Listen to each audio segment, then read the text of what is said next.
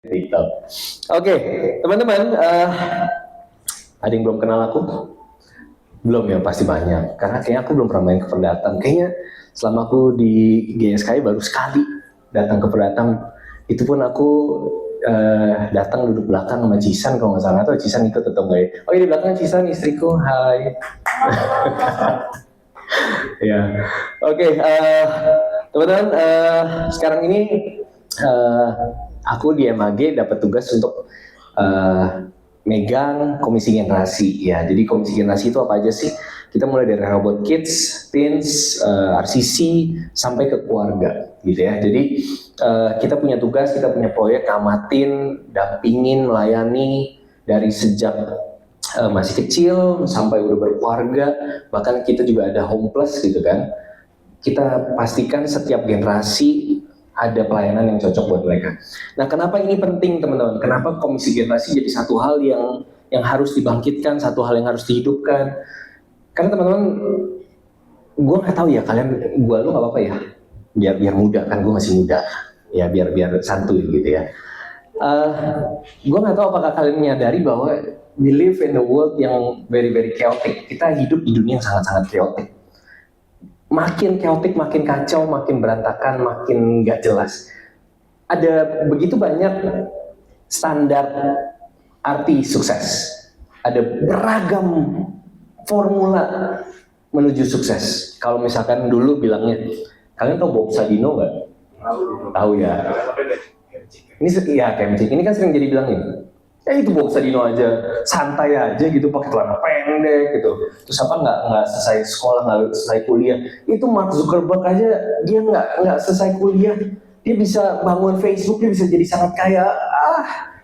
Jadi kenapa gue mesti fokus sama kuliah? Kenapa gue mesti ngikutin orang-orang yang kuliah? Tapi faktanya ada banyak juga yang ngikutin jalurnya Mark Zuckerberg, ngikutin jalurnya Bob Sadino, nggak berhasil. Banyak nggak? Banyak.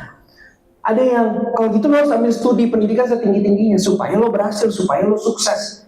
Berhasil nggak? Ada yang berhasil, ada yang nggak berhasil, banyak. Ya, lo harus A, lo harus B, lo harus C supaya berhasil. Berhasil tuh gimana sih? Berhasil tuh A, berhasil tuh B, enggak. Berhasil itu C, berhasil itu D, berhasil tuh begini.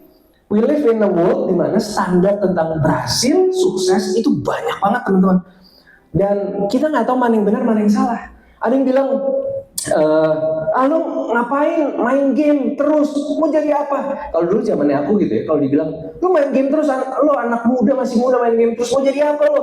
Nggak bakal sukses nanti. Ada nggak gamer-gamer yang sukses? Oh banyak.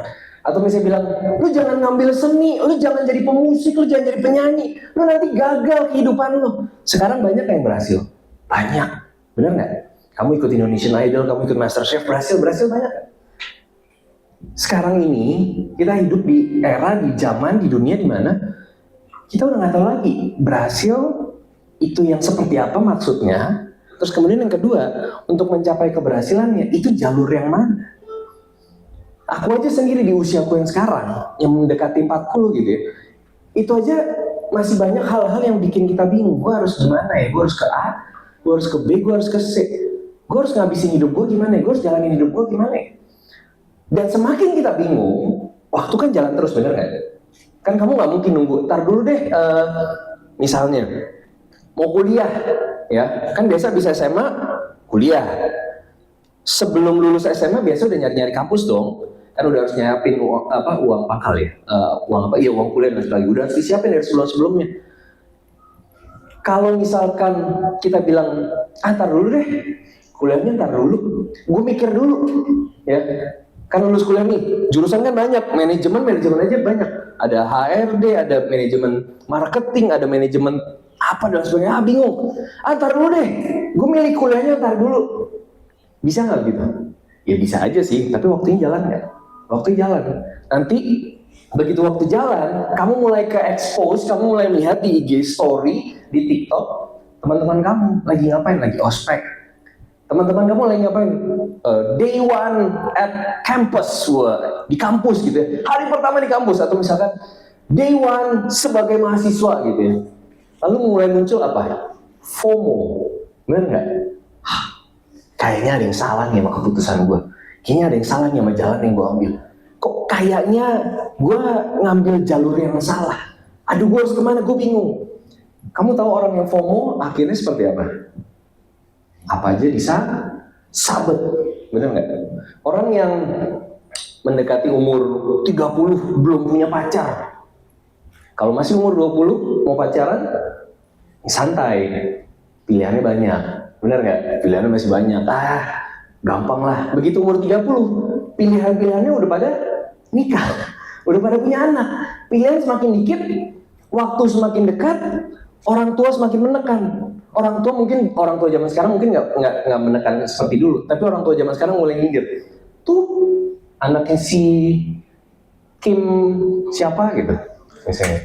Anaknya siapa? Bukan orang Korea, maksudnya Kim gitu. bukan Kim Songbuk, bukan gitu. Anaknya kukuh itu, anaknya om itu, anaknya tulang itu, anaknya om itu. Udah nikah ya, hebat juga ya. Terus orang tua tanpa disadari mengeluarkan kalimat menyiratkan kebanggaan. Hebat juga ya, umur 30 udah nikah, udah punya anak, udah kerjanya udah mapan, hebat juga ya. Walaupun orang tua kamu maksudnya nggak lagi ngomongin kamu, tapi muncul nggak rasa FOMO? Oh, itu yang membanggakan mamaku. Oh, itu yang bikin papaku bangga. Lalu mulai muncul FOMO. FOMO leads to, ya udah deh, apa aja gua ambil. Yang penting gua nggak ketinggalan. Begitu kamu ngambil apa aja, kamu udah nggak lagi mempertimbangkan what's right for you, what's the best for you, atau bahkan apa yang Tuhan mau buat kamu. Karena apa? Karena kamu FOMO, karena kamu bingung, karena kamu salah milih keputusan, dan akhirnya ends up, tahu-tahu pas kamu nengok belakang, gila umur gue udah 40, gue udah ngapain aja ya? Wow, pas nengok ke belakang, teman-teman gue udah begini, teman-teman gue udah begitu. Mulai muncul penyesalan, mulai muncul desperate, mulai muncul, udah terserah deh, udah. Akhirnya orang-orang ke gereja, buat apa? Buat apa? Nungguin pulang. Nungguin supaya ya udah habis bingung ngapain lagi, udah nggak tahu lagi apa yang harus kerjain. Yang penting gue ke gereja, yang penting gue ikut ibadah, yang penting gue ikut program-program gereja, yang penting gue nggak masuk neraka. Kalau kita dengar seperti ini, kayaknya sih nggak salah ya, bener nggak? Kayaknya bener nggak? Setuju nggak? Kayaknya nggak ada yang salah, kayaknya ya memang begitulah. Tapi kalau kita sadar dari awal, Matius 7 ayat 21-23 bilang ini, bukan setiap orang yang berseru kepadaku, Tuhan, Tuhan akan masuk ke dalam kerajaan sorga, melainkan dia yang melakukan kehendak Bapakku yang di sorga. Pada hari terakhir banyak orang akan berseru kepadaku, Tuhan, Tuhan, kan aku udah ibadah, Tuhan kayaknya aku gak macem-macem deh, kayaknya hidupku gak neko-neko deh, kayaknya I'm doing fine, kayaknya aku gak melakukan hal yang brengsek, aku tidak melakukan kejahatan moral, ya. Kok kenapa aku tidak diizinkan bersama-sama dengan engkau? Kok nggak diizinkan masuk ke dalam kerajaan surga? Bukankah kami bernubuat demi namamu? Kami mengusir setan demi namamu? Kami mengadakan banyak mujizat demi namamu juga. Tuhan, bukankah aku hidup demi namamu? Buktinya waktu aku doa, setiap di akhir doa aku katakan dalam nama Tuhan Yesus. I do all in your name, Tuhan. Aku lakuin semuanya. Sebelum aku ngambil keputusan, aku doa loh Tuhan. Aku udah lakuin semuanya Tuhan. But why kok engkau menolak aku? Ayat 23 katakan, pada waktu itulah aku akan berterus terang kepada mereka dan berkata, aku tidak pernah mengenal kamu. Aku tidak ginosko dengan kamu. Aku tidak menikmati kamu. Kamu tidak pernah jadi satu dengan aku. Aku gak pernah ada dalam kamu. Kamu gak pernah ada di dalam aku. Kita gak pernah jadi satu, kata Tuhan. So why should I let you in to my family of God? Kenapa aku harus izinin kamu masuk ke dalam kerajaan surga? Sementara selama ini kamu gak pernah ada di pihak aku. Kamu selama ini jadi seteru salib Kristus. Kamu selama ini berlawanan sisi sama aku. Kamu pikir kamu melakukan segalanya demi aku. Tapi ternyata namaku hanya kamu jadiin bungkusan tok. Dan kita mulai frustrated. Kita bilang, Tuhan, aku bingung, aku harus apa? Aku harus ngapain? Sedihnya teman-teman, kalau aku pelayanan generasi, kita melihat yang seperti ini banyak. Banyak orang-orang yang waktu muda tuh kayak kalian, ikut retret berkali-kali, datang jadi peserta retret, mulai diajak jadi tim konsumsi retret, mulai diajak jadi tim registrasi retret, naik tingkat jadi koordinator konsumsi koordinator perlengkapan retret, naik tingkat lagi jadi ketua retret, mulai naik tingkat lagi jadi pembina retret, datang sebagai alumni. Wih, karena ada kan konten-kontennya kayak gitu ya, alumni datang ke sekolah, oh gitu ya, kayak alumni keren gitu ya. Rasanya seolah-olah udah selesai. Tapi waktu mereka jalan setiap perjalanan kekristenannya, ikut retret, ikut KKR, ikut praise and worship night dan lain sebagainya, tanpa kamu membangun sesuatu yang benar, yang seharusnya, maka itu akan jadi sia-sia. 1 Petrus 3:3-4 katakan gini, perhiasanmu janganlah secara lahiriah, yaitu dengan ngepang atau ngepang ya. Aku suka salah, sama Aku pernah diketawain istriku karena bilangnya kemben. Ya, aku baru tahu itu kemben. Ya, jadi aku harus make sure ke kalian ini mengepang atau mengepang. Mengepang ya. Perhiasanmu janganlah secara lahiriah, yaitu dengan mengepang-ngepang rambut, memakai perhiasan emas, atau dengan mengenakan pakaiannya indah-indah. 1 Petrus 3:4 katakan, tetapi perhiasanmu, dekorasimu, yang menjadi beauty-nya kamu, yang menjadi kecantikanmu, yang menjadi keindahannya kamu, yang menjadi satu hal yang layak kamu kagumi, yang layak jadi kebanggaanmu di hadapan Tuhan, dalam versi berbagai terjemahan, ialah manusia batinnya yang tersembunyi dengan perhiasan yang tidak binasa, yang berasal dari roh yang lemah lembut dan tentram, yang sangat berharga di mata Allah. So, perhatikan teman-teman, saat teman-teman clueless menjalani hidup, teman-teman ke-expose sama beragam formula dari dunia, teman-teman ke-expose sama beragam standar.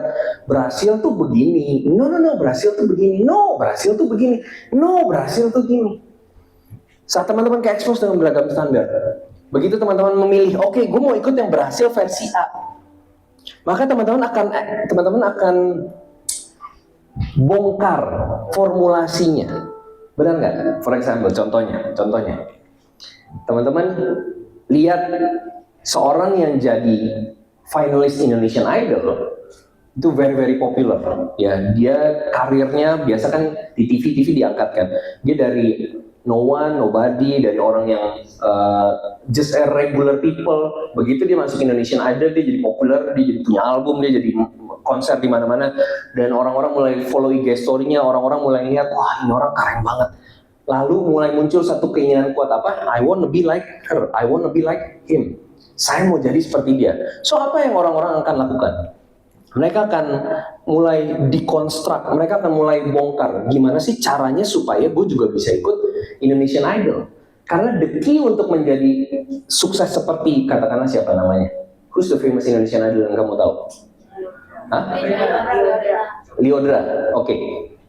Ternyata untuk jadi Lyodra, untuk jadi seorang Lyodra, the first step yang diambil adalah ikut Indonesian Idol. So, kamu mulai pelajari, kamu mulai bongkar gimana cara supaya bisa berhasil seperti Lyodra. Oh, ikut Indonesian Idol. So, kamu pelajari lagi gimana cara gue bisa ikut Indonesian Idol. Oh, Indonesian Idol itu audisinya setiap kapan dan sebagainya. Kamu ikutin prosesnya, kamu latihan, kamu buka YouTube how to win Indonesian Idol dan sebagainya. Kamu pelajari semua. Kamu ikutin semua. You spend your time, your days, your minutes of your life untuk ngikutin formula untuk bisa seperti Lyodra. Right? Kamu habisin, kamu ikutin. Ada yang salah nggak? Nggak ada yang salah. But waktu itu jadi satu hal yang sangat-sangat berharga dalam hidupmu, and you spend all of your time untuk di sana. Firman Tuhan katakan, jangan sampai kamu terkecoh menjadikan itu standar yang salah sebagai perhiasanmu. Jangan sampai kamu ke mess up dengan hal-hal yang dunia bilang, ini caranya berhasil tuh begini. Untuk bisa berhasil, kamu harus lakukan A, B, C, D, E, F, G supaya kamu berhasil. Tanpa kita sadarin, waktu kita menentukan sebuah standar, oke, gue mau jadi dia, lalu kamu mulai membangun jalur ke sana, tanpa disadari you spend hari-hari hidup. Tanpa disadari kamu membangun, oke, gue harus bangun persona gue harus bangun networking gue harus bangun nama gue harus bangun kualitas suara gue harus bangun, gue harus kenal sama vokal coach yang terkenal, supaya apa? Karena itu jalannya untuk menjadi seorang finalis Indonesian Idol dan akhirnya gue jadi Lyodra. Kamu bangun itu semua. Tapi hal-hal gini bikin kamu kegocek, bikin kamu hilang fokus, dan akhirnya kamu lupa membangun satu hal yang harusnya penting. Di sini katakan sangat berharga di mata Allah. No, aku nggak bilang bahwa jangan jadi Indonesian Idol, jangan jadi Master Chef, jangan jadi orang-orang hebat lainnya. No. Gereja ini mengajarkan kamu harus reach the top, kamu harus berhasil, kamu harus sangat-sangat kaya, kamu harus maksimalkan semua yang Tuhan kasih sama kamu. Kira-kira tahu nggak kenapa? Kira-kira tahu nggak? Karena pelayanan gereja membutuhkan semua yang bisa kamu berikan. Gereja membutuhkan setiap uang yang kamu bisa hasilkan untuk mendukung pelayanan-pelayanan. Ada begitu banyak pelayanan-pelayanan yang membutuhkan dana yang besar. Kamu tahu ada begitu banyak teman-teman kita di STT yang disubsidi oleh gereja. Kamu tahu tanggungan subsidinya STT berapa besar? Ya, kamu tahu pendampingan yang dilakukan. Kamu tahu orang-orang yang ditunjuk dan berdedikasi untuk mendampingi teman-teman STT itu sampai akhir, sampai mereka lulus dengan kualitas yang sangat baik. Itu orang-orang yang sangat dedicated, orang-orang yang sangat-sangat pintar, orang-orang yang kalau ngobrol sama mereka ya mereka pur semua, mereka keluarin semua yang mereka bisa punya, mereka peras diri untuk mengerjakan pelayanan Tuhan karena mereka membangun sesuatu yang benar dari Allah. So perhatikan teman-teman, jangan sampai kita kejebak sama standar kesuksesan dunia yang rame di sosial media, yang rame di lingkungan kita, dan kemudian kita mulai mengikutinya sampai kita lupa ada hal yang benar yang harusnya kita bangun, yaitu apa? Manusia patinia. Dari sekarang, setiap hal yang kamu bangun itu harus pertama kali adalah manusia batiniamu dulu. Karena perhatikan ini yang sangat-sangat bagus. Ibrani 11 ayat 24 sampai 26. Karena iman, maka Musa setelah dewasa menolak disebut anak putri Firaun karena ia lebih suka menderita sengsara dengan umat Allah daripada untuk sementara menikmati kesenangan dari dosa. Ia menganggap penghinaan karena Kristus sebagai kekayaan yang lebih besar daripada semua harta Mesir, sebab pandangannya ia arahkan kepada upah. Ada 3 kata yang sangat-sangat keren dari 3 ayat ini. Karena iman maka Musa setelah dewasa menolak, ini yang pertama. Yang kedua, karena ia lebih suka menderita. Ini kata-kata yang keren berikut. Yang kedua. Yang ketiga, ia menganggap, perhatikan, menolak, lebih suka, menganggap. My question to you, pertanyaanku ke kamu, ini 3 hal yang terjadi begitu aja, atau hal-hal yang kamu memilih? Halo, ulang.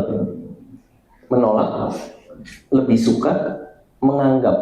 Ini hal-hal yang muncul begitu aja, atau sesuatu yang kamu pilih? Sesuatu yang kita pilih.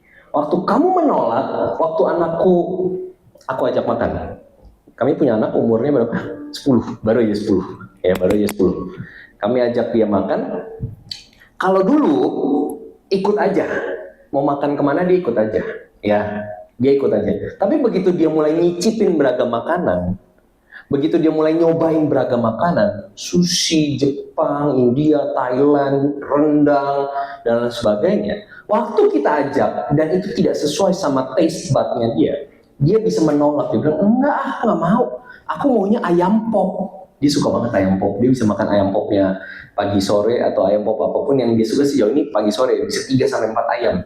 Dan kalian tahu harga pagi sore kan, jadi begitu kita, aduh 2 aja deh Jo, mahal banget Jo. Ya, tapi dia suka banget. Tapi dia menolak yang lain karena dia memilih, taste budnya memilih, saya mau ayam pop.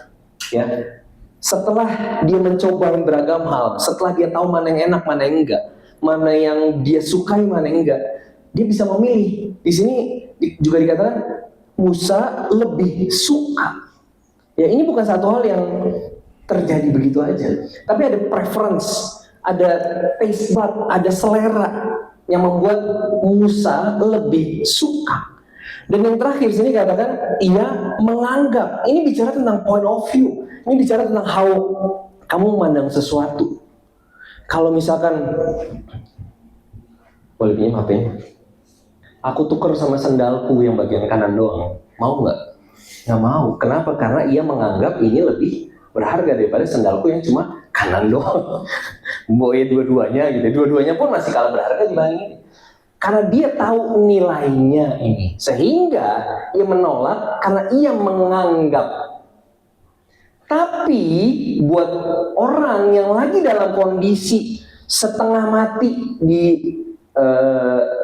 daerah pegunungan, HP nggak ada sinyalnya, baterainya habis, nggak punya alas kaki, dia harus pulang segera. Jalanannya becek, jalanannya banyak rumput-rumput, banyak batu kerikil. Maka di saat itu sendal lebih berharga daripada handphonenya saat itu. Halo? So value, nilai dari sesuatu bukan ditentukan oleh keberadaan bendanya, tapi ditentukan oleh kamu nganggapnya mana yang lebih penting. Nah, maksudnya. So kalau kamu dalam perjalanan hidupmu, kamu rajin ikut komsel, home, kamu rajin ikut ibadah, kamu rajin terus ngumpul sama teman-teman, sampai kamu punya satu preference, kamu punya satu selera, kamu punya satu point of view, kamu punya satu anggapan bahwa mengejar kehendak Tuhan, bersekutu dengan Tuhan, menjadi satu dengan Tuhan lebih berharga dari apapun. Perhatikan, waktu kamu kumpul sama teman-teman kamu dan kamu ke-influence, kamu ke-expose sama hal-hal yang di-sharingin sama teman-teman kamu, sampai satu titik kamu bilang, yes, mengikut Tuhan lebih penting dari apapun. Aku akan bilang sama kamu, pelayananmu dimulai dari situ. Aku akan bilang sama kamu, hidupmu yang jadi berkat buat orang dimulai dari situ. Karena kalau kamu masih belum menolak kenyamanan dunia, kalau kamu masih belum menolak melakukan dosa, kalau kamu masih belum lebih suka untuk tidak melakukan dosa, kalau kamu belum menganggap bahwa hidup benar, hidup kudus adalah satu hal yang berharga buat kamu, maka setiap keputusan yang kamu ambil, perhatikan, setiap hal-hal yang kamu pilih, setiap jalan hidup yang kamu pilih, aku akan bilang sama kalian, itu nggak berharga di mata Tuhan. Halo? Itu nggak berharga di mata Tuhan. Bukan kata aku, kata firman Tuhan. Kenapa? Karena setiap keputusan yang kita ambil, kalau nggak berangkat dari Tuhan yang taruh dalam hidup kita, dan perhatikan, kita memilih itu, maka itu tidak berharga di mata Tuhan. Nangkep nggak? Bingung nggak? Kalau Tuhan taruh sesuatu dalam hidupmu, panggilan, gairah untuk hidup kudus, hidup mengasihi Tuhan, Tuhan taruh dong dalam hati dan pikiranmu, benar nggak? Lewat siapa? Lewat orang tua. Lewat kita nongkrong, benar nggak? Kalau kita lagi ibadah, pembicara ngasih tahu bahwa hidup menyenangkan hati Tuhan, hidup buat Tuhan itu jauh lebih penting dari apapun. Itu baru ditaruh. Halo? Tapi terus kemudian saat kamu berjalan, saat kamu jalani hidup, kamu akhirnya di satu titik kamu memilih untuk hidup menyenangkan hati Tuhan. Di situ, ya, baru mulai di situ pelayananmu, baru mulai di situ hidup yang berbuah. Karena kalau enggak, living a fruitful life enggak akan pernah terjadi, teman-teman. Berapa banyak, aku tanya coba, berapa banyak orang-orang yang menyebut dirinya Kristen, berapa banyak orang-orang yang pelayanan, tapi enggak living a fruitful life? Kok bisa? Bisa nggak? Bisa. Kenapa? Karena menjalani kehidupan yang berbuah bukan keputusannya dia, bukan kesukaannya dia, dan dia tidak menganggap itu satu hal yang lebih berharga dari apapun. Halo? Nangkep maksud? So living a fruitful life bukan dengan ayo ikut ibadah terus, ayo ikut home terus, ayo kumpul-kumpul terus sama kegiatan-kegiatan youth. No, living a fruitful life baru akan mulai jalan the moment kamu lebih suka, the moment kamu memilih, the moment kamu menolak. Halo, ini yang harus kita kejar. Ini yang harus kita kejar. Kalau enggak, seperti yang tadi dikatakan, ya, aku nggak mengenal kamu. Siapa kamu? Bahkan di ayat 23, Matius 3:23 dikatakan, kamu sekalian pembuat kejahatan. Kamu dikatakan, kalau kamu nggak melakukan kehendakku, kata Bapak, kalau kamu nggak sepihak sama aku, kalau kamu nggak satu sekutu sama aku, maka kamu adalah lawanku, maka kamu adalah seteru salib Kristus, maka kamu gak memperjuangkan apa yang aku perjuangkan, maka kamu gak ada di pihakku.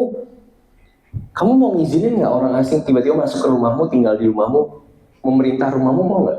No. No. Maka pertanyaan juga, kenapa Tuhan mesti izinkan aku tinggal bahkan memerintah bersama dengan dia kalau aku nggak pernah satu pihak sama dia? Lalu berhak nggak Tuhan nolak kalau? Berhak nggak? Berhak. Kamu aja berhak nolak, misalkan mau pulang, ya naik motor, misalkan, terus tiba-tiba ada orang naik ini bonceng, gue mau ke rumah gue di Tebet ya, anterin, kamu anterin nggak? Heh, lu siapa gitu? Gue Reza. Apakah kenalan cukup? Lu kan, oke, kita udah kenalan ya, lu tau gue Reza kan? Tahu, oke. Terus bukan berarti gue harus nganterin lu kan? Bukan berarti bahkan motor gue adalah milik lo kan? Bener nggak? Right? So kalau kita mau masuk kerajaan surga memerintah bersama-sama dengan Tuhan, tapi kita nggak pernah satu pihak sama dia. Kalau kita nggak pernah seperti Musa yang dikatakan Musa menolak, Musa lebih suka, bahkan Musa menganggap kerajaan surga lebih berharga. Dan give me another strong reason why God, kenapa Tuhan Yesus pada saat hari penghakiman terakhir izinin lo masuk. Halo? Ya nggak heran hidup lu nggak berbuah karena sampai detik terakhir pun engkau nggak pernah seperti Musa yang secara sadar menolak melakukan dosa. Engkau nggak pernah seperti Musa yang secara sadar lebih suka memilih mengikut aku. Engkau nggak pernah seperti Musa yang secara sadar menganggap bahwa kerajaan surga lebih berharga dari keberhasilan apapun di dunia. Halo? Kalau kamu living a fruitful life, ikut retret seperti ini, it's a momentum. Lo tau momentum? Momentum apa? Tabrakan. Pada saat ada tabrakan, either pecah atau belok. It's a momentum. This is only a momentum yang akan goncangin pikiran lo, ngebangun lo. Wake up, ayo bangun.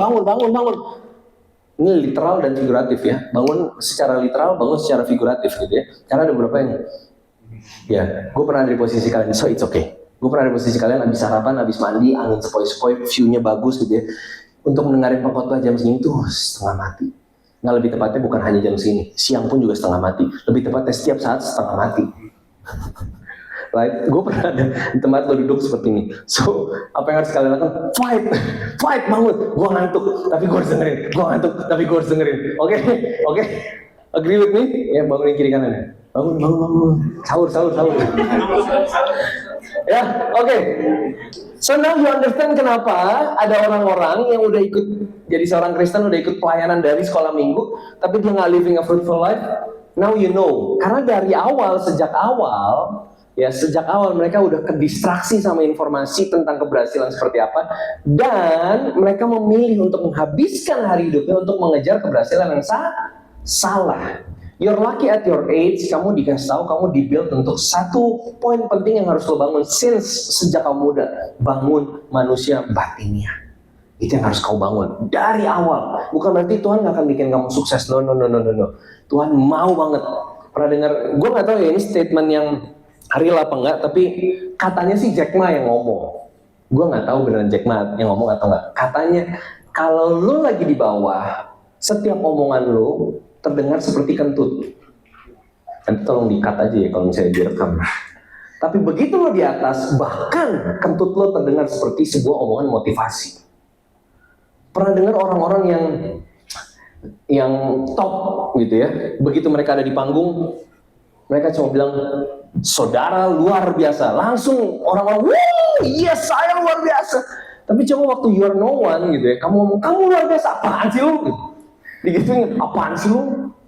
Bener nggak? Tapi kalau misalnya begitu kamu on top, ya kamu samperin orang, kamu pegang gitu ya, kamu tatap matanya, kamu luar biasa. Aduh, gila gue luar biasa banget. Padahal orang tuanya ngomong luar biasa setiap hari misalkan.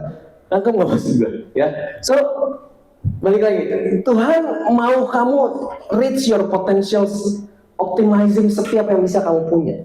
Tuhan mau itu, tapi jangan sampai kamu mengejar itu karena pemahamanmu tentang keberhasilan salah dari awal, sehingga yang kamu bangun salah. Nangkep nggak? Paham ya? Jangan sampai you get lost, karena aku cuma bilang bahwa ini dunia udah chaotic banget, percaya deh. Bahkan kekristenan yang benar tuh udah ke mix up, ke messed up sedemikian rupa. Tapi kalau fundamental ini kita dapat, kita paham dari awal, sampai satu titik kita bisa seperti Musa yang menolak, lebih suka dan menganggap, dan your fruitful life itu mulai dari situ. Tapi jangan sampai dari awal Setiap harinya kamu bangun hal yang salah. Manusia batinnya kejar itu. Agree? Setuju? So, bagian terakhirnya, apa yang harus dilakukan? Sederhana aja, ada 3 aja, ya nggak terlalu lama, supaya matanya nggak makin terpejam, supaya nggak makin miring, sehingga kayak mobil tuh mesti dispuring ya, supaya dia lurus lagi gitu. It's okay. Aduh, anginnya enak banget lagi ya, anginnya enak. Bangunin dulu kiri kanan nih. Koreza udah mau kelar. Ya, oke. 3 aja, gue janji 3 aja. Tapi tolong pegang ini baik-baik supaya kita bisa living a fruitful life. Supaya nanti 5-10 tahun lagi kita ketemu lagi, kita kumpul lagi. Lo kan cerita sama gue, plan apa yang udah lo kerjakan atas pimpinan Tuhan. Kak, aku sekarang ini lagi ngebangun sekolah buat orang-orang yang disabilitas, misalkan anak-anak yang disabilitas, tapi di situ aku ngajarin value-value mengasihi orang tua, simpel-simpelnya, tapi I pour my heart, I pour my mind, I pour all of me, apa yang bisa aku punya ke dalamnya.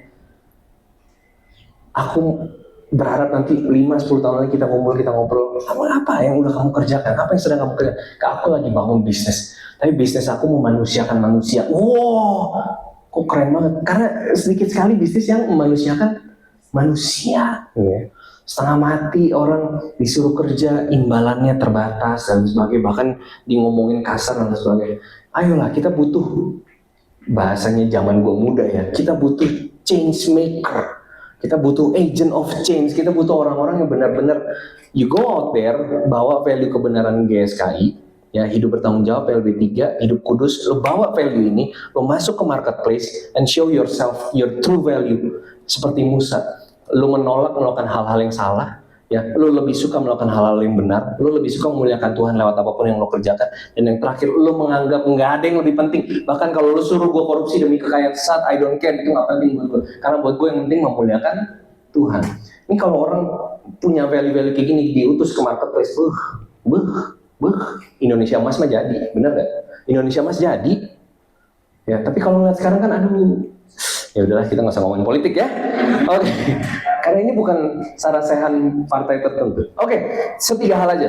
Apa yang harus kita lakukan supaya kita bisa punya a fruitful life? Ini 3 hal dasar.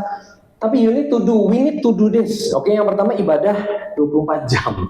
Ya bagian tidurnya lo boleh skip lah. Tapi ini sekedar kiasan untuk menggambarkan bahwa lo harus terus menerus. Tadi lagunya bagus banget. Tadi kita nyanyikan lagi. Lo harus terus menerus bangun suasana, ambience, vibes kayak gini. Lo harus bangun terus.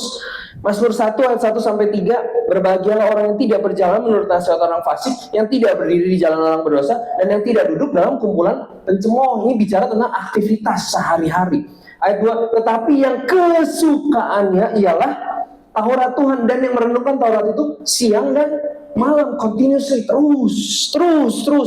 Ayat 3, ia seperti pohon yang ditanam di tepi aliran air, yang menghasilkan buahnya pada musimnya, dan yang tidak layu daunnya. Apa saja yang diperbuatnya berhasil, living a fruitful life. Kalau ini nggak jadi satu hal yang kita rasa butuh dan harus kita bangun. Kalau kita nggak di sini ya, ayat 2 katakan kesukaan itu nggak jadi kesukaan buat kita, maka kita nggak akan pernah sampai ke fase yang tadi kita bahas. Oke, jadi yang pertama, vibes kayak gini, ambience di retreat, home ibadah, jangan cuma menikmatinya pada saat 1,5-2 jam aja, atau 3 hari pada saat kita retreat. Bangun itu terus, bangun vibesnya itu terus. Perhatikan kepada siapa kamu ngobrol, pada siapa kamu minta pertimbangan. Waktu kamu lagi mau nanya tentang putus atau lanjut, nanyanya sama siapa, itu mempengaruhi. Apa yang kamu dengar, siapa yang kamu dengar. Misalkan sekedar pernyataan dari seorang YouTuber influencer di KOL misalkan, lu harus main kripto supaya lu kaya kayak gue, gitu kan. Kalau kita nggak terus berjaga dalam kubah ibadah kita, hal-hal kayak gitu itu bisa masuk, terus tahu-tahu dia parkir, tertanam, tahu-tahu dia bertumbuh, berbuah lebat. Dan begitu dia berbuah lebat, dia akan mendorong kita untuk melakukan hal-hal yang ternyata di luar apa yang Tuhan inginkan. Ya. Oke, itu yang pertama, ibadah 24 jam. Ya. Jadi bukan cuma McD aja yang 24 jam. Bukan cuma karwos aja yang 24 jam, tapi ibadah kita juga harus 24 jam. Ya. Yang kedua, berjaga-jaga. Matius 26 ayat 41, berjaga-jagalah dan berdoa supaya kamu jangan jatuh ke dalam pencobaan. Roh memang penurut tapi daging lemah. Fundamental, right? Ini satu hal yang penting. Tapi kalau lu nggak benar-benar berjaga-jaga, susah, boy, gitu ya. Kalau teman-teman suka lihat konten Instagram atau ya konten Instagram tentang dashcam apa tuh? Akun Instagram yang isinya tentang cuplikan-cuplikan dashcam waktu mobil-mobil tabrakan, gitu ya. Kalau kamu lihat ada mobil-mobil yang bisa tidak celaka, satu kesimpulannya apa tahu nggak? Karena mereka defensive driving. Waktu mereka nyetir, mereka standby terus.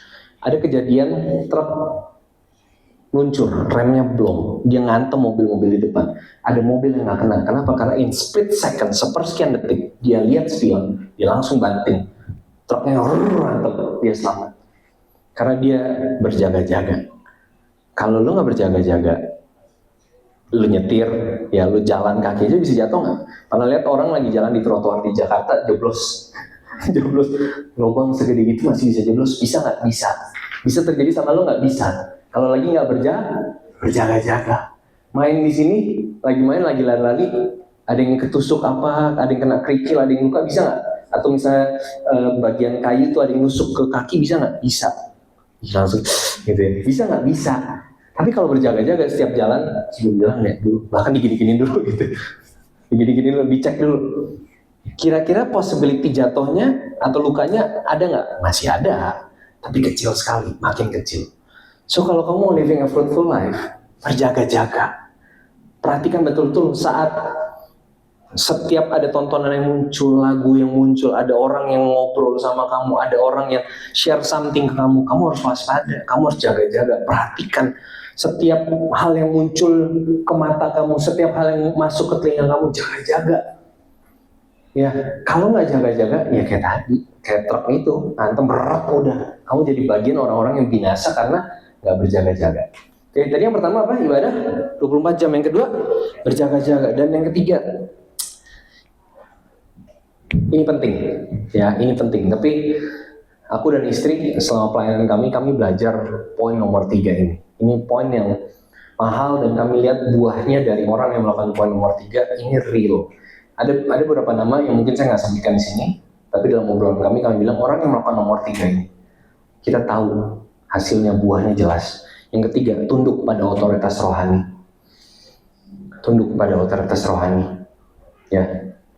Efesus 4 ayat 11 sampai 15, dan ialah Tuhan maksudnya ya, dan Tuhanlah yang memberikan baik rasul-rasul, nabi-nabi, pemberita-pemberita Injil, gembala-gembala, dan pengajar-pengajar untuk memperlengkapi orang-orang kudus bagi pekerjaan pelayanan, bagi pembangunan tubuh Kristus.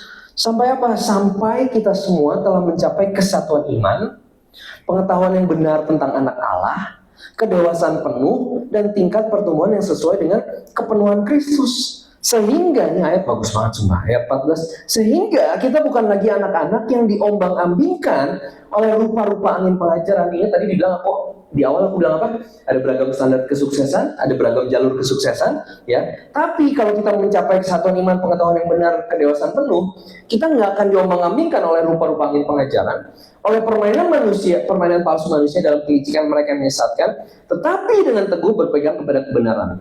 Di dalam kasih kita bertumbuh di dalam segala hal ke arah Dia, Kristus yang adalah kepala. Nanti kalau butuh ayatnya bilang, nanti gue share ke panitia karena di sini nggak dimunculin kan. Nanti kalau lo baca, lo mau take note ayat-ayat itu, please feel free. Ya, ini ayat-ayat yang jadi pegangan gue.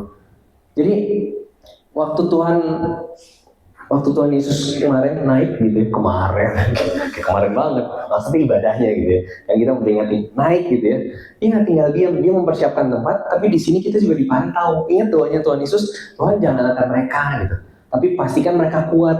Dan Tuhan bilang, aku kasih Roh Kudus untuk akan menghibur kamu, nemenin kamu. Bahkan di sini juga dikatakan, bukan cuma itu aja, dikirim rasul-rasul, nabi-nabi, gembala-gembala, pengajar-pengajar, itu dikirim buat kamu. Kamu tahu nggak, orang tuamu pun bisa jadi gembala buat kamu. Kalau kamu belum ketemu mentor, belum ketemu gembala, orang tuamu pun Tuhan bisa pakai untuk jadi gembala atas hidupmu. Kalau orang tua sederhana bilang, kamu jangan nikah deh sama dia gitu. Mama somehow mama punya feeling dia bukan yang tepat buat kamu. Percaya deh kalau Tuhan lagi ngomong sama mama untuk nahan kamu. Tapi kadang-kadang banyak orang-orang yang nggak mau nurutin otoritas rohani. Banyak orang-orang yang, apaan sih lu sok tahu aja, salah tahu lu, enggak bener, harusnya begini. I learn it. Saya belajar dari kehidupan saya. Saya melihat banyak orang-orang hebat yang sampai sekarang, perhatikan, sampai sekarang masih melayani, sampai sekarang masih living a fruitful life. Tahu nggak salah satu rahasianya apa? Ya ini, mereka tunduk pada otoritas rohani. Ada banyak orang-orang yang pernah populer di masanya di kalangan anak-anak muda, tapi sekarang hilang nggak tahu kemana. Karena apa? Karena mereka tidak tunduk pada otoritas rohani. Mereka nggak menyerap diri mereka ke dalam gereja, ke dalam komunitas. Gampang banget kamu kelempar kalau kamu nggak tunduk pada otoritas rohani. Kita mungkin selalu tahu, kita bilang, atau misalnya, apa lu tahu apa? Gue lebih muda, gue Gen Z, gue Gen Alpha, gue Gen Milenial, gue lebih tahu anak-anak muda sekarang maunya apa. Om nggak ngerti, misalkan gitu ya, ke om-om di gereja kita, om tante gitu. Om nggak ngerti, tante nggak ngerti. Tapi kalau kita melihat mereka sebagai orang-orang yang di sini dikatakan diutus, diberikan oleh Allah untuk menjaga hidup kita. Setiap hal yang mereka katakan itu berguna untuk menjaga hidup kita. Membawa kita di sini katakan mencapai kesatuan iman dan kedewasaan penuh. Ini ayat tuh keren banget. Cuma banyak orang Kristen yang malas baca Alkitab. Bacanya cuma kejar tayang. Hari ini 1 pasal, besok gue tingkatin 2 pasal, tapi gak dipahami benar-benar. Ya ini kan ada di Alkitab. Efesus kan bukan kitab yang baru diupdate, bukan kayak iOS, bener nggak? Bukan, ya kan? Bukan kayak apps lo yang ada update setiap 2 bulan, 3 bulan sekali, bener nggak? Ini tulisan Rasul Paulus ke jemaat Efesus sudah dari zaman dahulu kala. Udah ada di sini katakan bahwa akan ada orang-orang yang akan memimpin kamu, menggembalai kamu, mengajar kamu. Tapi dengerin mereka. Nah, tapi kita banyak yang anak-anak muda yang lu tahu apa sih, lu so tahu. I learn it. Aku belajar, istriku belajar, kami para pemimpin kami belajar tunduk sama orang yang Tuhan taruh di atas kami. Waktu kami memutuskan untuk iya kami tunduk, walaupun kami bilang kayaknya salah, kayaknya beda. Tapi waktu kami percaya bahwa Tuhan jaga kami lewat mereka, kami memutuskan untuk tunduk. Kalau suatu saat ternyata si pemimpin itu melakukan hal yang salah, atau misalnya dikatakan dia sesat dan lain sebagainya, itu urusan dia sama Tuhan. Dan percaya nggak kalau kita mengasihi Tuhan, Tuhan jaga kita. Tuhan jaga kita. Kalau Tuhan bilang kamu stay dulu di sini, aku masih punya proyek buat kamu, you stay. Kalau Tuhan belum bilang kamu pindah, jangan dulu, tunggu aja dulu. Kalau misalnya orang-orang bilang Pak Eras sesat, ini apa dan sebagainya, ini nggak jelas nih sekarang. Lihat aja Pak Eras tuh duduk doang di kursi roda nggak bisa ngapa-ngapain. Udah ngapain lo pindah gereja? Kalau Tuhan belum suruh kamu pindah. Kalau Tuhan masih percayakan Pak Eras dengan pemimpin yang di bawahnya, Tuhan masih percayakan pada gembala-gembala di bawahnya, dengarin mereka, hormati mereka, kasihi mereka, doakan mereka. Amin. It's a hard thing to do. Tapi kalau kita mau living a fruitful life, aku melihat orang-orang yang memilih untuk tunduk pada otoritas rohani, orang-orang yang living a fruitful life. Dan aku berdoa setiap dari kita di tempat ini jadi orang-orang yang truly living a fruitful life. Amin. Yuk kita pemain musik mana? Kita bangkit berdiri. Ku mau lebih lagi mencintaimu, ku mau lebih dalam mengenalmu, hidup di dalam setiap kehendakmu, sampai seumur hidup, sampai habis nafasku, mengabdikan hidupku untuk kemuliaan. Angkat kedua tanganmu yang mau benar-benar lebih lagi. Ku mau lebih lagi mencintaimu, mau lebih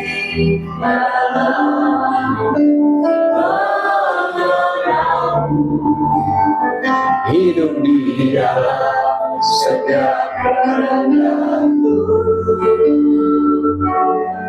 sampai seumur hidup, sampai habis nafasku, mengabdikan hidupku untuk kemuliaan.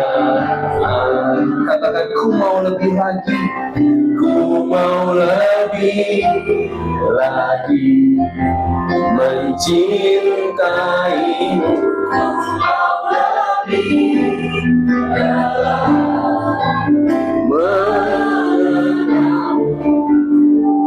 hidup di dalam setiap kehendak-Mu sampai seumur hidup, sampai habis nafasku, mengabdikan hidupku untuk kemuliaan. Dengan lebih lembut kita nyanyikan, ku mau lebih lagi, ku mau lebih lagi mencintaimu, ku mau lebih dalam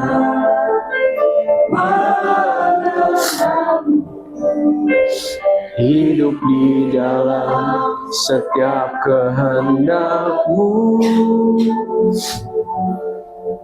sampai seumur hidupku, sampai habis nafasku, mengabdikan hidupku untuk kemuliaan. Katakan sampai seumur hidupku, sampai habis nafasku, mengabdikan hidupku untuk kemuliaan-Mu. Mari kita angkat kedua tangan kita. Kamu katakan dengan sungguh, sampai seumur hidup kami mau didapati sempurna sampai akhirnya. Biar setiap tarikan nafas kami, setiap hari yang kami lalui, setiap detik, setiap menit, setiap jam, kami lakukan hanya untuk mengenal Engkau lebih lagi dan memuliakan Engkau. Bapak, Engkau berkati anak-anak yang hadir tempat ini siang hari ini. Setiap dari mereka berharga di mata. Setiap dari mereka Engkau pandang mulia. Bapak, Engkau punya rencana yang indah atas mereka. Bapak, jaga mereka dari dunia. Jaga mereka dari segala upaya yang membuat mereka terlepas dari cengkraman tangan-Mu. Kau mengasihi mereka. Bapak, hamba berdoa buat penjagaan pemeliharaan yang sempurna dari menjaga setiap hari hidupnya mereka, menjaga langkah hidupnya mereka, agar mereka nggak salah memilih jalan, agar mereka nggak keluar dari jalur yang Kau sudah siapkan bagi mereka, agar mereka tetap teguh, tetap kuat berdiri di jalan, dan sampai akhir kami berkumpul bersama. Setiap dari kami di tempat ini, kami bisa pulang bersama. Kami boleh bertemu muka dengan Engkau, dan Kau menyambut kami. Karena kami menyelesaikan perlombaan kami dengan sempurna. Bapak, terima kasih buat momentum ini. Terima kasih buat retret yang kami percaya dalam kehendak-Mu, dalam pemeliharaan-Mu, dan dalam berkat-Mu. Di sesi-sesi ke depan kami akan terus menerima berkat-Mu yang akan memperkaya kami, memandu kami, menemani kami, dan bahkan menegur kami, supaya kami terus bertumbuh dan menghasilkan hidup yang berbuah. Terima kasih Bapak yang baik. Kami mengasihi-Mu, kami menghormati-Mu. Engkau pusat kehidupan kami. Di dalam nama Tuhan Yesus kami berdoa. Haleluya. Amin. Itu teman-teman. Serahkan ke MC Well. Ayo. Terima kasih Ko Reza atas sharingnya. Semua terberkati. Amin. Kasih tepuk tangan sekali lagi.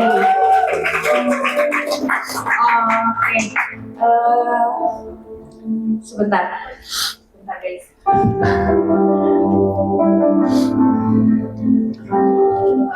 Kita mau ke sesi selanjutnya.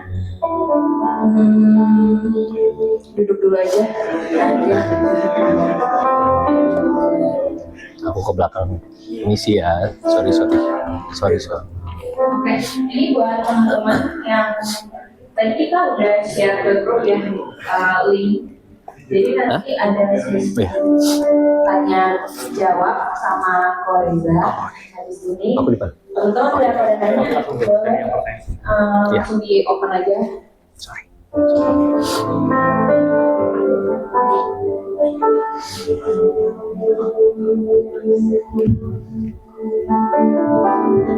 Aku ajak Cisan ke depan boleh ya? Cisan. Ayo bareng dong.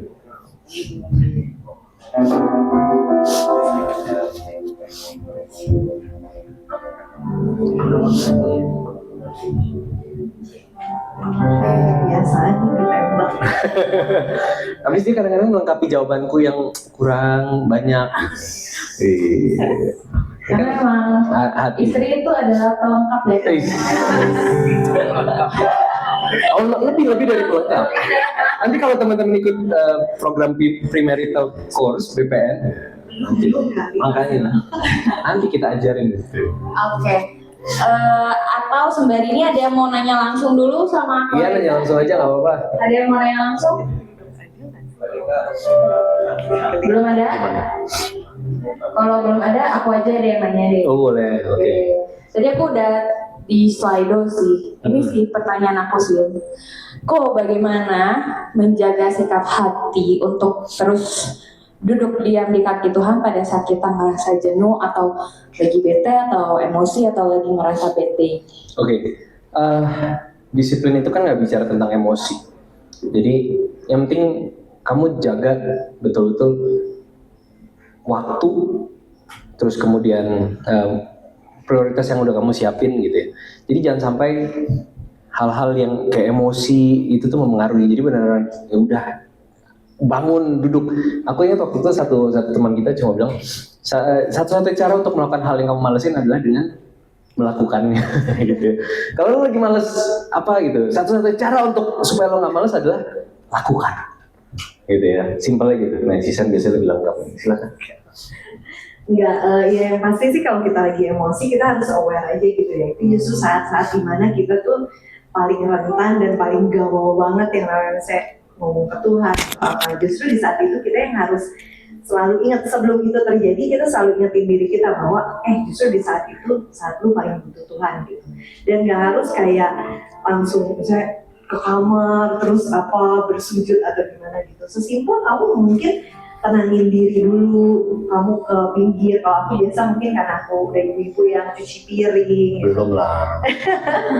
Cuci piring, terus salah cuci piring itu aku berdoa gitu sama Tuhan, kayak mempergumulkan gitu ya. Aduh Tuhan, aku tuh kesel banget loh sebenarnya kayak gini. Aku tuh sedih banget misalnya. Aku tuh marah banget. Pasti karena suaminya. Mungkin.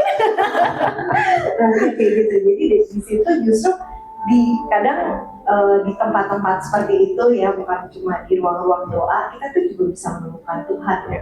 Misalnya saat kamu di tempat kerja gitu kan, kadang kan kita nggak punya tempat yang spesial itu ya, ruang apa gitu yang khusus kita bisa berdoa atau apa. Sesimpel di depan laptop kita gitu loh, terus kita ngomong aja sama Tuhan, karena Tuhan benar-benar di mana-mana kan. Kalau tadi Koreza bilang ibadah 24 jam ya itu gitu. Jadi di saat kapanpun apapun, bahkan lagi di sini lagi bengong, lagi apa, lagi happy ngeliat apa, lagi sedih, lagi kesel, ya itu saat kita untuk punya waktu itu sama Tuhan. Tuh kan jawabannya beda. Iya. Tepuk tangan. MC-nya jadi gue. Agak beda. Oke, next lanjut pertanyaan yang di bawahnya, kok gimana kita tahu itu otoritas rohani benar-benar dari Tuhan atau bukan? Oke. Duluan? Saya mikir dulu. Kalau aku Langsung dapet. bukan, ini karena ya apa yang pernah aku pelajari aja gitu. Memang apa ya, kita tuh dengan otoritas di atas kita, otoritas rohani pasti bisa aja ada perbedaan. Ada keputusan-keputusan yang mungkin kita kok gini sih gitu. Karena again ya, kita semua tuh beda, punya pengalaman beda, kepemimpinan yang berbeda, gaya yang berbeda. Ada orang yang misalnya oke, kalau kita mau mengasihi orang di bawah kita itu dengan ajak makan gitu. Ada yang ditanya gitu, kamu kenapa, diajak cerita dan lain sebagainya gitu. Jadi dalam mengambil keputusan tuh seorang pemimpin atau otoritas di atas kita tuh pasti juga punya pertimbangan gitu, dan itu bisa berbeda-beda. Itu yang mungkin perlu kita tahu gitu. Jadi ketika kita misalnya ngerasa kok kayaknya beda atau gimana gitu, ya balik lagi kumpulin sama Tuhan gitu loh. Jangan cuma ke samping kanan, ke kiri, ke temen gitu. Wah, setuju tuh sama gitu. Lu tahu nggak gitu? Terus cari gimana supaya kita bener gitu. Apa yang menurut kita tuh lebih bener dibandingin orang lain. Tapi ya kita kumpulin gitu. Oh Tuhan, aku belum ngerti nih. Kenapa pemikirannya seperti ini? Kenapa keputusannya seperti ini? Ada saat-saat dimana ya mau nggak mau, karena kita ya tunduk gitu ya, kita harus ngejalanin gitu keputusan itu, walaupun sebenarnya itu kita nggak setuju. Tapi percaya deh, kadang Tuhan juga mungkin buat keputusan yang nggak kita setujui, itu sebenarnya bukan cuma buat pemimpin kita, tapi sebenarnya untuk membentuk kita. Gitu. Ketika kita bisa untuk oke, walaupun gue nggak setuju nih, tapi kayaknya Tuhan juga nggak bilang gue untuk pergi gitu, untuk bilang gue keluar, atau bilang untuk kita juga nggak boleh jadi orang yang kayak ya udah memberontak gitu ya, gimana, itu juga sesuatu yang nggak bagus gitu loh ya, secara moral. Jadi kita tahu lah ya, kalau di kerja misalnya kayak ngomongin bos kita yang gimana, memberontak ke bos kita, ngejawabin itu pun nggak bagus gitu. Tapi ada kesempatan di mana Tuhan tuh izinkan nyamanan buat kita gitu. Kalau kita harus dengan rendah hati, walaupun ini mungkin merugikan kita, beda banget sama apa yang kita tahu, beda banget sama yang pengalaman-pengalaman kita, tapi mungkin Tuhan ingin ajarkan kamu rendah hati gitu, untuk kamu bisa nggak nih saat-saat kayak gini, saat mungkin pendapat kamu tidak dihargai, saat pendapat kamu bertentangan, keputusan yang diambil pemimpin kamu nggak enak buat kamu, nggak enak buat tim kamu. Tapi ketika aku belajar gitu ya, ketika kita berusaha untuk ya udah deh, mungkin Tuhan memang mau aku ngejalanin hal yang gak enak ini, Tuhan tuh lagi membentuk kita, dan pada saatnya kita tuh pasti akan menerima upah kok gitu. Pertama damai sejahtera. Kalau misalnya kita ini kita mau menerima Tuhan, walaupun keputusan ini berat, ya udah aku jalanin, kita pasti akan lebih damai gitu, dibandingin kita ngegerutu dan lain sebagainya. Ya udah, yang kedua, nanti kita akan lihat juga buah-buahnya. Apa yang kita lakukan, orang lain bisa lihat, oh kamu rendah hati banget ya. Orang juga jadi bisa contoh mungkin ketika nanti ada hal-hal yang kita sebagai pemimpin gitu yang kita lakukan dan orang gak setuju. Tapi mereka udah belajar dari kita waktu dulu kita bisa rendah hati, untuk kita bisa taat sama pemimpin kita gitu. Itu buah-buah yang akan suatu saat kita nikmati. Kalau teman-teman perhatikan di Matius 7 kan dikatakan, berarti kan hati-hati dengan serigala yang akan kelihatannya benar gitu, tapi sebenarnya bawa kamu ke hal yang sesat. Lalu Tuhan Yesus kan katakan dari buahnya lah kamu akan mengenal mereka. Tapi kan teman-teman pernah mikir nggak? Kamu harus kenalin buahnya. So, kamu harus tahu dia harusnya pohon apa. Benar nggak? Kamu harus tahu dulu. Supaya kamu bisa tahu buahnya sama atau nggak dengan pohonnya, kamu harus tahu dulu ini harusnya buah ini mengeluarkan pohon apa. Tapi banyak dari kita tuh nggak tahu, ya kan? Misalkan kalau kita bilang harusnya seorang pelayan Tuhan tuh seperti A, kita tahu nggak A-nya itu harusnya seperti apa, gitu. Nah itu kan menarik ya. Dari buahnya lah kamu akan mengenal mereka. Tapi kita harus tahu dulu, emang ini pohon apa? Pohon ini harusnya ngeluarin buah apa? Kalau kita nggak tahu pohon ini harusnya pohon apa dan dia ngeluarin buah apa, maka kita nggak akan pernah tahu pemimpin kita itu benar atau enggak. Ya, so yang biasa aku lakukan adalah tahan mulut, tahan pikiran, jangan mikir asumsi-asumsi dulu. Karena betul balik lagi, yang ada di pemikiran para pemimpin itu kompleks teman-teman. Dia tuh nggak cuma mikirin satu hal, tapi dia mikirin kalau gue begini, nanti bisa begini dan bisa begini. Tapi kalau gue nggak begini, nanti bisa begini, lalu begini. Oh pusing banget jadi pemimpin. Teman-teman pemimpin pasti tahu. So apa yang bisa kita lakukan? Pertama, hampiri dulu, tanya. Kenapa sih kamu melakukan ini? Kenapa kamu memutuskan ini? Pertimbanganmu apa? Karena ada hal-hal yang kadang-kadang tuh nggak bisa diomongin. Contohnya misalkan, ini paling sering. Ada orang pelayan yang sementara dinonaktifkan dulu, ya. Terus kita bertanya-tanya, ini di lingkungan gereja itu sering banget, kita bertanya-tanya, kenapa dia nggak boleh? Kok lu nggak fair sih? Kamu nggak adil sih? Dia kan orangnya baik, dia sosok yang kita look up loh. Lu kenapa dan sebagainya? Pas ditanya, ya ikutin aja kebijakannya. Kita nggak dapet jawabannya, apa sih nggak jelas banget jawabannya. Tapi tanpa kita sadari, pemimpin itu lagi melindungi nama baik si pelayan yang dinonaktifkan. Kenapa? Karena ada masalah-masalah yang kompleks yang nggak mungkin semua orang harus tahu dong. Nah ini kan hal gini kan kadang nggak tahu. Terus kita nganggepnya dari satu sisi dong. Ah lo nggak fair, lo jadi pemimpin mah nggak fair. Orang bagus kok nggak adil, orang bagus kok lo nonaktifin. Kenapa lo nonaktifin? Ah nggak bener nih. Mulai dari sekarang gue langsung mikir negatif. Nah itu kan susah. So dengan kasih ngajak ngobrol dulu 4 mata gitu. Kenapa? The reason why. Dan kita kan akan lihat dari buahnya kamu akan mengenal mereka. Orang yang mengasihi Tuhan, kamu pasti akan tahu kalau kamu juga mengasihi Tuhan. Kamu pasti tahu buahnya apa, ya dong. Kalau kamu nggak tahu buah dari orang yang mengasihi Tuhan, maka kamu nggak akan bisa menilai pemimpin kamu itu benar atau enggak. Lah kamu aja nggak tahu buah yang seharusnya seperti apa, benar nggak? Gitu loh, ya. So ada beberapa poin tadi ya. Ini kalau jadi satu poin tadi, sebenarnya bisa jadi satu sesi leadership in church ya. Ya, makanya kita nggak bahas lagi. Ya, panjang kalau ngomongin ya. Oke, lanjut. Kok gimana sih caranya mempertahankan hubungan yang udah di fase sama-sama capek dalam hubungan ke pasangan kita? Tadi sesi leadership, sekarang sesi dating. Ini one day conference ya. Kok gimana caranya mempertahankan hubungan yang udah dibahas sama-sama capek dalam hubungan pasangan kita? Nah, nanti apa sih nomor aku atau Cisan gitu ya? Kita bisa konsultasi lagi ya. Silakan Cisan. Gimana caranya mempertahankan? Oh iya, gimana cara mempertahankan hubungan yang udah di fase sama capek dalam hubungan